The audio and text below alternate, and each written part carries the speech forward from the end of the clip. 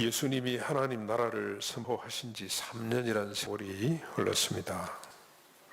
그동안 주님은 가난하고 소외되고 고통받는 이웃들을 찾아다니시느라 하루도 쉬지 못했습니다. 갈릴리를 중심으로 주변부 낮은 곳으로 향해 가시느라 머리 둘 곳 하나 없었습니다. 드디어 중심 예루살렘으로 가야 할 시간이 되었습니다. 마지막 사역을 위한 길이기에 가이사랴 빌립보에서 출정식을 가졌습니다. 출정식이라고 해봐야 제자들에게 던진 두 가지 질문이 전부였습니다. 거창하게 한 게 아니고 단순하게 출정식을 가지셨는데 두 가지 질문으로 출정식을 가졌습니다. 그 중에 하나가 사람들이 나를 누구라고 하느냐는 질문이었습니다. 27절이죠. 그랬더니 제자들이 대답을 합니다. 들어는 세례 요한, 들어는 엘리야, 들어는 선지자 중 한 사람이라고 대답을 했습니다.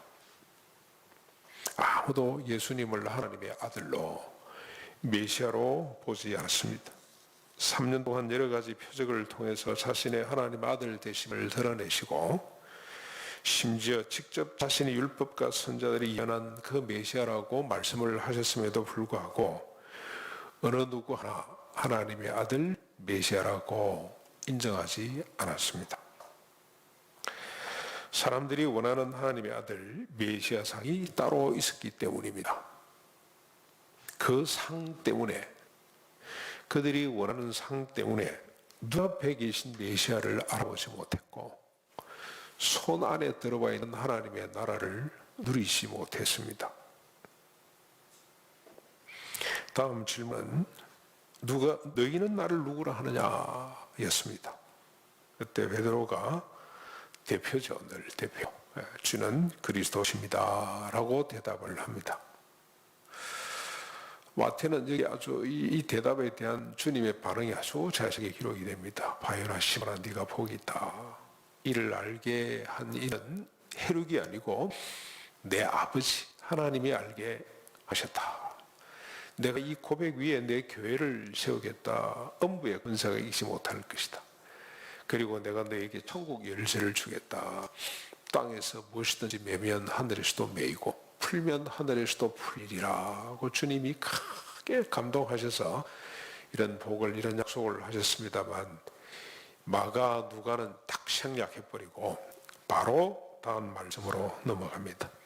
그 전에 아무에게도 내가 그리스도라고 하는 사실을 알지 말거라. 지금은 내가 아니다 라고 경고하시고 다음 말씀으로 넘어가는데 그 다음 말씀이 31절, 32절 상반절에 있습니다. 뭡니까? 인자가 많은 고난을 받고 장로들과 대제사장들과 서기관들에게 버림받아 죽임을 당하고 사흘 만에 다시 살아나게 되리라. 장로들, 대제사장들, 서기관들, 지금으로 치면 우리 교회 장로, 목사, 신학자들, 이 사람들이 예수님을 버리는데 앞장서고 있어요. 참 희한하죠. 가장 먼저 영접해야 될 사람이 가장 악랄하게 배척하고 반대하고 죽음으로 내몰아갑니다. 여러분, 이 의미를 우리가 잘 좀 생각을 해봐야 돼요. 주님이 이 말씀을 하셨어요. 인자가 고난을 받고 죽임을 당하고 그리고 3일 만에 다시 살아나야 하리라. 예수님이 드디어 숨겨놨던 자신의 결정적 사역을 드러내셨습니다. 십자가 부활의 사역입니다. 예수님의 핵심 사역은 십자가 부활입니다. 3년 동안 행했던 수많은 사역은 이 십자가 부활로 깔때기처럼 귀결이 됩니다. 그동안 병든 자들을 고치고 귀신을 내쫓고 심지어 죽은 자를 살리면서도 알리지 못하도록 경고하신 것은 바로 이 십자가 부활을 드러내기 위해서입니다. 혹 이런 것들 때문에 십자가 부활 사역이 가로막힐까 봐 주님은 그렇게 큰 표적과 기사를 행하시면서도 숨기셨습니다. 이 말씀 십자가 부활에 대한 제자들의 반응이 아주 흥미롭습니다. 여러분 23, 32절이죠. 너무나 잘 아는 베드로가 나왔습니다. 이번에도 예수를 붙들고 항변했습니다. 항변한다는 말은 잘 아다시피 꾸짖는다는 말이죠. 예수님 제발 정신 좀 차리세요. 왜 그런 부정적인 말씀을 합니까? 모든 것 버리고 따라가는데 우리 입장도 생각을 좀 해주셔야죠. 이런 뉘앙스가 속에 숨어져 있습니다. 충분히 이해가 됩니다. 다 살자고 하는 짓인데 죽는다 그러니 얼마나 이게 기가 찰 일입니까? 자신들의 헌신과 충정을 무시하는 것 같아서 자존심도 많이 상했을 것 같아요. 나라도 그랬을 것 같아요. 3년 동안 다 버리고 주님 쫓아가는데 뭐 하는 짓이냐 말이지. 우리를 뭘 보고 죽도록 내버려 둘 것 같으냐 우리가. 그런 섭섭한 생각이 들었을 겁니다. 그러나 주님은 이 베드로의 충정과 이 중심을 아시는지 모르시는지 이 베드로의 행동에 대해서 주님이 반응을 하시는데 깜짝 놀랄 정도의 반응을 보이십니다. 대단히 심각한 반응입니다. 33절 상반절에 보시면 예수께서 돌이켜 제자들을 보시고 전체 제자들을 보시고 그리고 베드로에게 말을 합니다. 사탄아 내 뒤로 물러가라. 졸지에 베드로가 사탄이 되었습니다. 여러분 여기 사탄아 내 뒤로 물러가라는 것은 꾸짖는 수준이 아니죠. 적대 수준입니다. 저주도 이런 저주가 없습니다. 예수님은 단 한 번 바리새인들을 향해서 독사의 자식들아 그렇게 꾸짖은 적이 있습니다만 어느 누구에게 사탄의 자식이라고 사탄이라고 그렇게 꾸짖은 적은 없습니다. 베드로가 사탄이 된 근거는 33절 하반절에 있죠. 주님이 한 말씀 더 이어서 하셨죠. 뭐라 그럽니까? 33절 하반절 네가 하나님의 일을 생각하지 아니하고 도리어 사람의 일을 생각하는도다. 베드로가 사탄이 된 근거는 하나님의 일을 생각하지 아니하고 사람의 일을 생각한 것입니다. 베드로의 인격 존재가 사탄이 아니고 생각이 사탄입니다. 생각이 하나님의 일에 맞춰져 있지 않고 사람의 일에 맞춰져 있다는 뜻입니다. 영성경 ESV에서는 그렇게 번역을 내죠. 생각이 사람의 일에 맞춰져 있다. 하나님의 일에 맞춰져 있지 않다. 그런 뜻입니다. 생각이 어디에 맞춰져 있느냐에 따라서 교회의 반석이 되기도 하고 생각이 어디에 맞춰져 있느냐에 따라서 사탄이 되기도 합니다. 하나님의 일에 맞춰져 있으면 반석이 되고 사람의 일에 맞춰져 있으면 사탄이 되는 거예요. 그렇다면 하나님의 일은 무엇이며 사람의 일이 무엇인지를 우리가 알아야 되겠죠. 이거보다 더 중요한 일은 없을 겁니다. 우선 문맥상으로 보면 하나님의 일은 예수님이 많은 고난을 받고 장로들과 대제사장들과 서기관들에게 버림받아 십자가에 죽으시고 3일 만에 다시 살아나는 일입니다. 십자가의 죽음과 3일 만에 부활하시는 것이 그게 하나님의 일입니다. 반면에 문맥상으로 사람의 일은 어떤 겁니까? 예수님이 죽지 않으시는 거예요. 죽으면 안 돼요. 근데 왜 예수님은 십자가에서 죽으시고 3일 만에 부활하는 하나님의 일을 생각했는지, 왜 이것이 하나님의 일인지를 우리가 또 살펴야 됩니다. 왜 이것이 중요한지. 십자가 부활을 통해서 인간을 구원하기 때문입니다. 인간을 구원한다는 것은 죄 사함을 받고 죄 사함을 얻게 하고 그리고 거듭나게 하고 그리고 생명이죠. 영생을 얻게 하는 것입니다. 이런 세 가지입니다. 세 가지. 크게 더 늘릴 수가 있습니다만 아주 핵심적으로 세 가지. 죄의 씻음을 받습니다. 이게 구원이죠.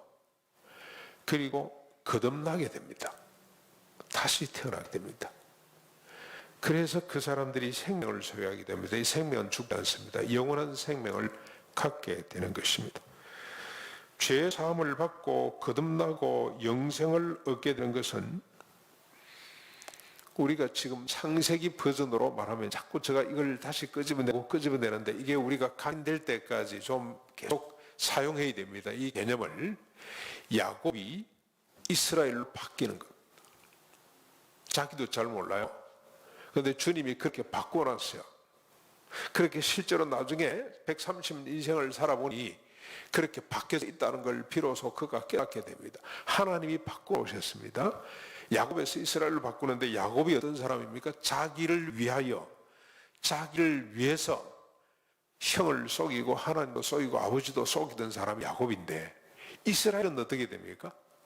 자기를 위하는 것이 아니고 하나님의 소원을 붙들고 하나님과 싸워 이기는 사람인데 하나님의 소원이 뭐냐면 뒤에 나옵니다. 뒤에 하나님의 소원이 뭐냐면 형과 아버지와 하나님을 위해서 자기를 포기하는 것, 자기를 속이는 것, 속인다는 말이 자기를 포기하는 거죠. 포기하는 것이 이게 이스라엘의 모습입니다.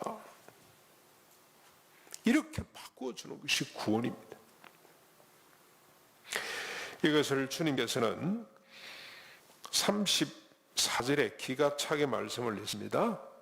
십자가 부활 바로 다음에 하나님이 우리 주님이 뭐라고 말씀을 합니까? 늘 잘 알죠? 이거 잘 알아서 더 이상 강조할 필요가 없습니다만 다시 한 번 더 강조해야만 됩니다. 오늘 본문이기 때문에 십자가 부활 다음에 뭐가 어떤 현상이 나타납니까? 자기를 부인하고 십자가를 지는 삶이죠. 34절 여러분 같이 이건 한번 읽어보셔야 됩니다. 34절 우리 인터넷으로 예배 참여하신 분들 다 34절을 펴셔서 같이 한 목소리를 읽겠습니다. 무리와 제자들을 불러 이르시되 누구든지 나를 따라오려거든 자기를 부인하고 자기 십자가를 지고 나를 따를 것이니라. 35절까지 보십시오. 누구든지 자기 목숨을 구원하고자 하면 잃을 것이요 누구든지 나의 복음을 위하여 자기 목숨을 잃으면 구원하리라. 무슨 말입니까? 야곱이 이스라엘로 바뀐다는 것은 곧 자기를 부정하고 자기 십자가를 지는 삶이죠. 그래서 주님을 따라가는 삶입니다. 이것이 35절에서는 자기 목숨을 구하는 길이라고 그랬죠. 이 길 외에는 목숨을 구할 길이 없어요. 구원의 길이 없습니다. 우리가 주님을 믿는다면 주님의 제자가 되어야 되고 주님의 제자가 된다면 주님을 따라가는 자인데 주님을 따라가는 길은 한 길밖에 없어요. 두 길도 아닙니다. 한 길밖에 없습니다. 그게 무슨 길이냐면 자기를 부인하고 자기 십자가를 짊어지는 것 외에는 따를 길이 없어요. 그게 제자들의 삶의 길입니다. 좋은 이웃이 된다는 게 바로 이 길을 가는 거예요. 자기를 부인하고 십자가를 짊어지는 삶. 그 길 아니고는 생명이 없어요. 이 길이 유일하게 생명에 이르는 길입니다. 생명의 길이에요. 반면에 왜 베드로는 예수님이 죽으신 것을 안 된다고 이 사람의 일을 생각했습니까? 베드로가 왜 사람의 일을 생각하나요? 예수님이 자기를 큰 사람으로 만들어 주셔야 돼요. 예수님이 살아서 자신을 오른쪽 왼쪽에 앉혀 주셔야 되기 때문에 주님이 죽는 걸 용납할 수가 없어요. 큰 사람이 되고 오른쪽 왼쪽 앉기 위해서 지금 따라가고 있는데 주님이 죽으시면 숲으로 돌아가는 거 아닙니까? 그래서 용납할 수가 없는 겁니다. 근데 여러분 베드로가 한 번만 드리는 것이 아니고요. 기가 찹니다. 주님이 3번 십자가 부활이라는 말씀을 하시거든요. 이 첫 번째고 그 다음 또 하세요. 그게 여러분 구체적으로 보면 주님이 여기 9장 30절에서 37절, 10장 31에서 34절까지 45절까지 또 내가 십자가에서 죽고 3일 만에 부활한다. 또 내가 죽고 부활한다는 말씀을 하실 때마다 누가 크나 가지고 싸워요. 누가 오른쪽 왼쪽 주님은 자꾸 십자가 부활을 이야기하시는데 베드로는 끝까지 누가 큰 자냐 누가 오른쪽 왼쪽 앉을 것이냐 가지고 제자들하고 서로 싸움박질을 합니다. 그만큼 주님이 가신 그 길을 가는 것이 어렵다는 거죠. 십자가 부활 이해하기가 힘든다는 뜻입니다. 자기 부인을 하고 십자가를 짊어지는 것이 그만큼 힘든 일이다. 우리가 본질상 어울리지 않는 일임을 베드로가 이렇게 증명을 하죠. 우리는 조금 더 나아가서 왜 하나님의 일이 중요한지를 생각해야 됩니다. 왜 예수님은 하나님의 일이 아니라 사람의 일을 생각하는 베드로에게 사탄이라고 하실 만큼 분노하셨는지를 살펴봐야 됩니다. 왜 큰 사람이 되고 오른쪽 왼쪽 하는 것보다 자기를 부인하고 십자가를 지는 것이 더 소중한지를 우리가 살펴야 돼요. 멀리 갈 것도 없습니다. 7장의 그 내용을 잘 밝히고 있습니다. 그 이유를 7장에서 분명하게 밝히고 있습니다. 여러분 7장 내용이 뭡니까? 다시 잠깐 앞으로 가지고 7장 내용이 뭐죠? 7장이 예수님의 소문을 듣고 예루살렘에서 서기관들을 파송을 했어요. 조사하도록 아마 시문관이 내려온 것 같습니다. 몇 번 내려온 거예요 지금. 3년 사이 몇 차례 조사단을 파송을 했죠. 그런데 그 지역, 게사렛 지역인데 바리새인들과 함께 예수께 막 몰려와가지고 쌍심지를 켜고 제자들이 손 씻지 않고 떡을 떼는 것을 보고 예수님께 시비를 걸었어요. 어찌하여 당신의 제자는 푸정한 손으로 떡을 먹느냐고 시비를 걸었습니다. 잘 아시는 대로 유대인들은 음식을 먹기 전에 손 씻기를 철저히 했고 바깥에 나가 또 오면 모욕까지 했어요. 물론 깨끗이 자기 몸을 닦고 씻고 했습니다. 지금 우리가 손 씻기 열심히 하는 것처럼 유대인들도 아주 열심히 손 씻기를 한 사람들이에요. 그런데 손을 안 씻고 밥을 먹어요 지금. 그랬더니 시비를 그런 겁니다. 그러자 예수님이 이사의 글을 인용해서 응수하셨습니다. 그게 7장 6절부터 16절까지인데 이 백성이 입술로는 나를 공경하나 마음으로는 내게서 멀도다. 사람의 계명으로 교훈을 삼아 가르치니 나를 헛되이 경배하는도다 하셨습니다. 그리고 그들의 아주 결정적인 모순 하나를 지적을 하는데 고르반 법이죠. 고르반 법. 그들이 갖고 있는 고르반 법. 하나님 어머니 아버지께 부모에게 육신의 부모에게 할 걸 하나님께 했다 그러면 끝난다는 겁니다. 고르반 하면은 육신의 부모에게 책임을 안 해도 된다 그런 전통을 만들고 있으세요. 이해가 잘 안 되시면 지금으로 보면 이렇게 보면 됩니다. 11조는 해야 되는데 부모에게 용돈 안 드리는 거 괜찮다 11조 하면 된다 라고 생각하는 것과 꼭 같습니다. 하나님 잘 섬기면 됩니다. 내 부모 그냥 잘 안 섬기고 하나님만 잘 섬기면 된다는 생각을 갖는 것이 이 고르반 법이에요. 예수님이 이렇게 지적하신 이유가 뭡니까? 하나님의 말씀은 부모를 공경해야 돼요. 11조 드리는 것보다 더 중요한 것이 오히려 부모님들에게 용돈 드리는 것이 더 중요한 일이에요. 육신의 부모를 공경하지 못하면 보이지 않는 하나님을 공경한다는 것은 거짓말이에요. 거짓말. 그만큼 하나님은 부모 공경을 강조하셨습니다. 그런데 싹 빼버리고 부모 공경은 책임이 들고 힘들잖아요. 하나님 잘 섬기면 된다는 법으로 그냥 딱 파묻어 버렸어요. 그 모순을 주님이 지적하시면서 바리새인과 서기관들이 듣도록 모든 사람이 이 시비에 모든 사람이 듣도록 주님이 공개적으로 말씀하신 내용이 15절 16절입니다. 그 말씀의 내용은 이렇습니다. 무엇이든지 우리도 같이 보셔야 됩니다. 7장 여러분 한번 넘어오십시오. 7장 15절 16절 같이 목소리 읽어보겠습니다. 무엇이든지 밖에서 사람에게로 들어가는 것은 능히 사람을 더럽게 하지 못하되 사람 안에서 나오는 것이 사람을 더럽게 하는 것이니라. 밖에서 들어가는 것은 사람을 더럽게 할 수가 없습니다. 안에서 나오는 거죠. 안에서 나오는 것이 사람을 더럽게 한다고 말씀을 했습니다. 그런데 이 쉬운 말을 제자들이 못 알아들었어요. 무슨 말인지 감을 못 잡았어. 그래서 무리들이 돌아가고 난 뒤에 제자들이 이 말이 무슨 뜻인지를 예수님께 묻습니다.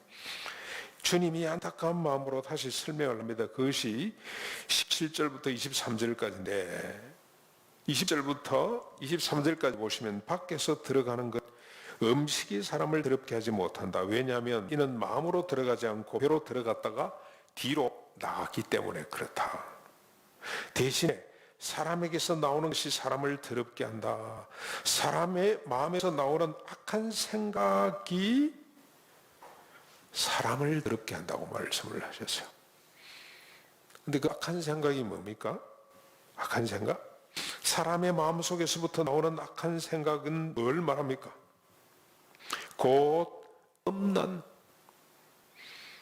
도둑질, 살인, 간음, 탐욕, 악독, 속임, 음탕, 이 성적 자유를 말합니다. 음탕이라는 것이 질투, 비방, 교만, 우매함. 우매함은요, 이게 자기 중심성을 말해요. 무분별, 자기밖에 모르는 무분별한 마음이 그게 우매함입니다. 이 모든 악한 것이 다 속에서 나와서 사람을 더럽게 한다고 주님이 말씀을 하셨습니다. 코로나 바이러스보다 훨씬 더 악독한 것들입니다. 코로나 바이러스는 밖에서 들어갔다가 밖으로 나가죠. 폐를 상하게 할 수는 있습니다. 치사율 보니까 한 1%쯤 된다 그러는데요.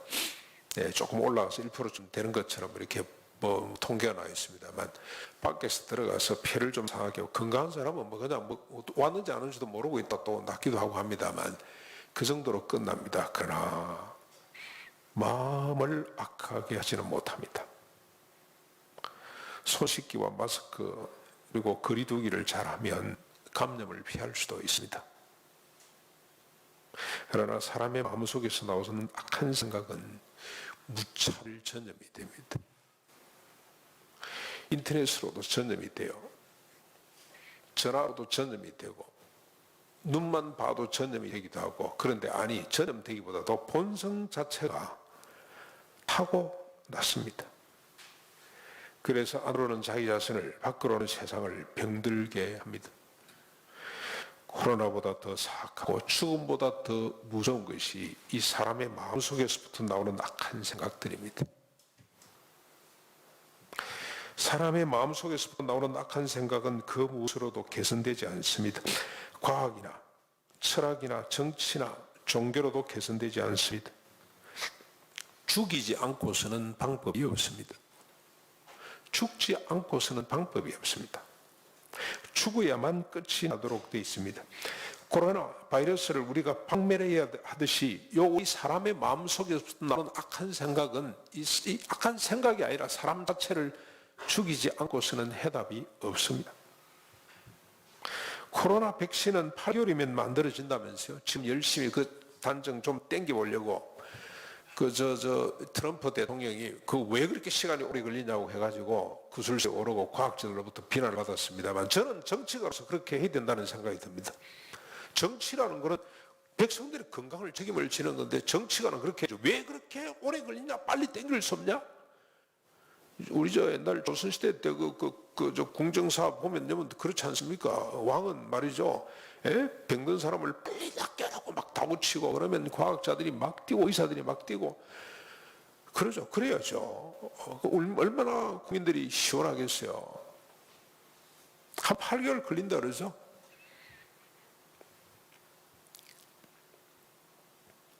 그런데 인간의 마음속에 악한 생각은 인간이 존재하면서 지금까지 어떤 백신도 발견되지 않았습니다. 역설적이게도 과학이나 철학이나 정치, 경제나 종교가 발전할수록 더 악랄해져 가는 것 같습니다. 그런데 사랑의 하나님은 이 해결책을 인간이 범죄하면서부터 소원하시고 언약하셨습니다. 독생자를 주시고 그를 십자가에 못 박아 죽게 하심으로 악한 생각으로 저지른 모든 죄와 그 결과 죽음을 처리해 주셨습니다.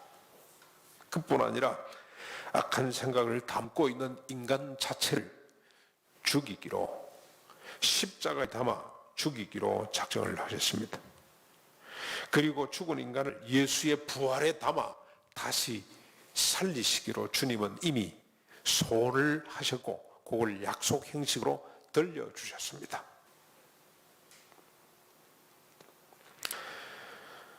이때 이렇게 살아난 인간은 하나님의 은혜, 주님의 약속을 믿고 살아난 인간은 악한 생각을 다루지 않습니다.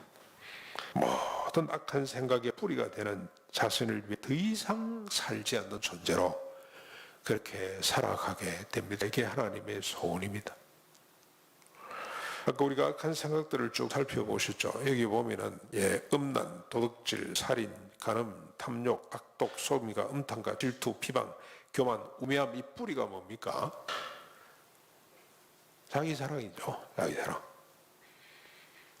근데 요즘 코로나19에 대해서 그렇게 사람들이 두려워하고 뭐 연구를 많이 하고 하면서도 그게 어디에서 왔는지를 왜 이야기를 안 하는지 모르겠어요. 코로나 바이러스의 출발이 어디에서부터입니까? 어디서부터 나왔습니까? 그걸 알아야 근원적으로 그걸 치료해야 될 텐데 그 이야기는 별로 안 하는 것 같아요. 어디서부터 왔죠? 장로님 어디서부터 왔습니까 이게? 잘 모르겠습니까? 혹시 여러분 사람의 악한 생각 여기부터 나온 거 아닐까요? 예? 탐욕? 교만?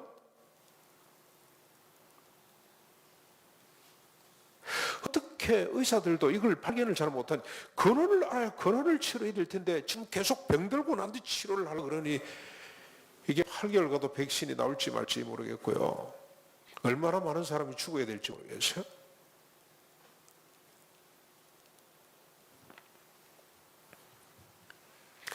하나님은 이런 인간 자체를 주님은 죽이시고 다시 살리시기로 작정을 했습니다. 그게 십자가 부활입니다.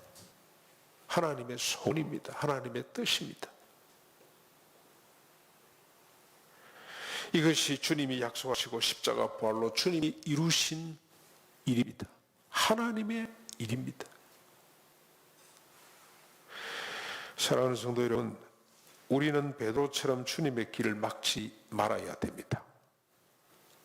이미 이루신 주님의 길, 하나님의 일을 믿고 감사해야 됩니다.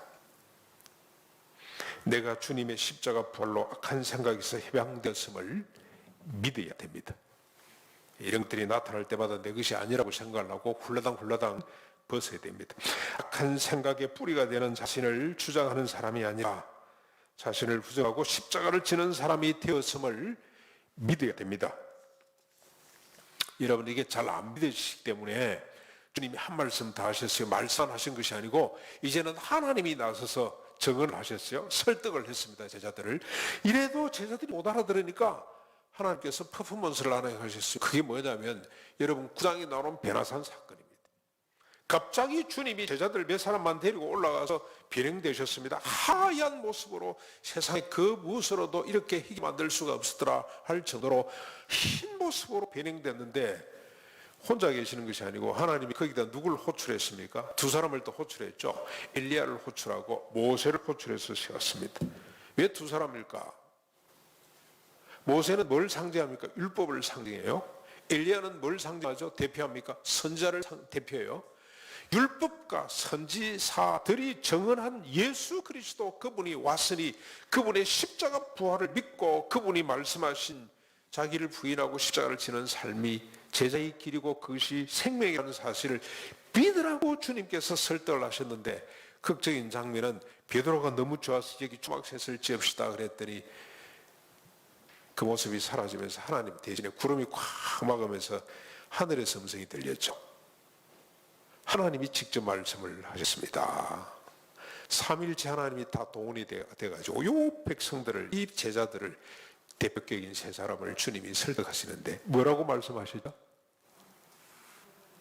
이는 내 사랑하는 아들이니 너희는 그의 말을 들으라. 너희는 그의 말을 들으라.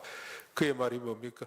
내가 십자가를 지고 부활을 해야 하리라. 그래서 다시는 자기를 위해 살지 않고 오직 그리스도를 위해 사는 사람으로 너희를 거듭나게 하리라. 내가 고난을 받는 것처럼 너희도 십자가를 지고 가는 사람이 되도록 하겠다는 이 주님의 말을 들으라는 겁니다. 듣고 믿으라는 겁니다. 얼마나 아구가 짝짝 맞는 말씀인지 모릅니다. 얼마나 영광스러운 모습인지 모릅니다. 우리를 위해서 하나님이 나셨어서 그렇게 직접 증언해 주셨습니다. 의심하지 말고 믿으라. 이 믿음으로 우리 마음의 생각들을 살필 수 있기를 바랍니다. 코로나 바이러스를 살피는 것보다 더 간절한 마음으로 살필 수 있으면 좋겠습니다. 올 때 손 다 씻고 오셨죠? 소독제 다 있죠. 영혼의 소독제, 십자가 부활로, 십자가 부활로 음란, 도둑질, 살인, 간음을 씻어내야 됩니다. 마스크 아시죠? 심령의 마스크, 부활의 믿음으로 탐욕, 악독, 속임, 음탕을 막아내야 됩니다. 거리두기 있죠. 거리두기. 영적 거리두기로 내가 거듭났다는 믿음으로, 자기 부인의 믿음으로 질투, 비방, 교만, 우매함을 멀리 내쫓아야 됩니다. 이제는 내가 아니야. 거리두기를 하셔야 됩니다. 지금 이 세상 사람들은 바이러스가 없는 세상을 찾고 있습니다. 그러나 자세히 보시면 이보다 더 간절하게 찾고 있는 것이 있습니다. 악한 생각이 없는 마음을 찾고 있습니다. 우리가 이 세상의 희망이 되어야 합니다. 우리 가운데 이루신 하나님의 일, 그 하나님의 일을 보여주고 그리고 전해야 됩니다. 1차적으로 보여줘야 됩니다. 보여주고 그리고 소리를 높여 전해야 됩니다. 우리가 이 전하기 위해서 나설 때 주님이 약속한 거죠. 예배할 때 읽었던 말씀입니다. 하늘 권세를 주셔가지고 뱀을 집어도 상하지 않고 무슨 독을 마셔도 상하지 않는, 우리가 손을 얻은 적 치유되는 역사가 나타나게 될 줄로 믿습니다. 한국 교회가 왜 이렇게 힘이 없었느냐? 오히려 세상 사람들에게 큰 조롱거리가 되고 말았는데 이 복음을 우리가 잃어버려서 그렇습니다. 태극기 들고 가문 앞에 나가 있는 거 보면 참 기가 찹니다. 주장이죠. 자기 것 주장입니다. 자기 주장입니다. 자기 주장 아닙니다. 십자가를 조용히 짊어져야 됩니다. 이렇게 하나님이 행하신 큰 일을 우리가 먼저 누리고 보여주고 전해주는 둘의 교회가 될 수 있기를 주님의 이름으로 축원합니다.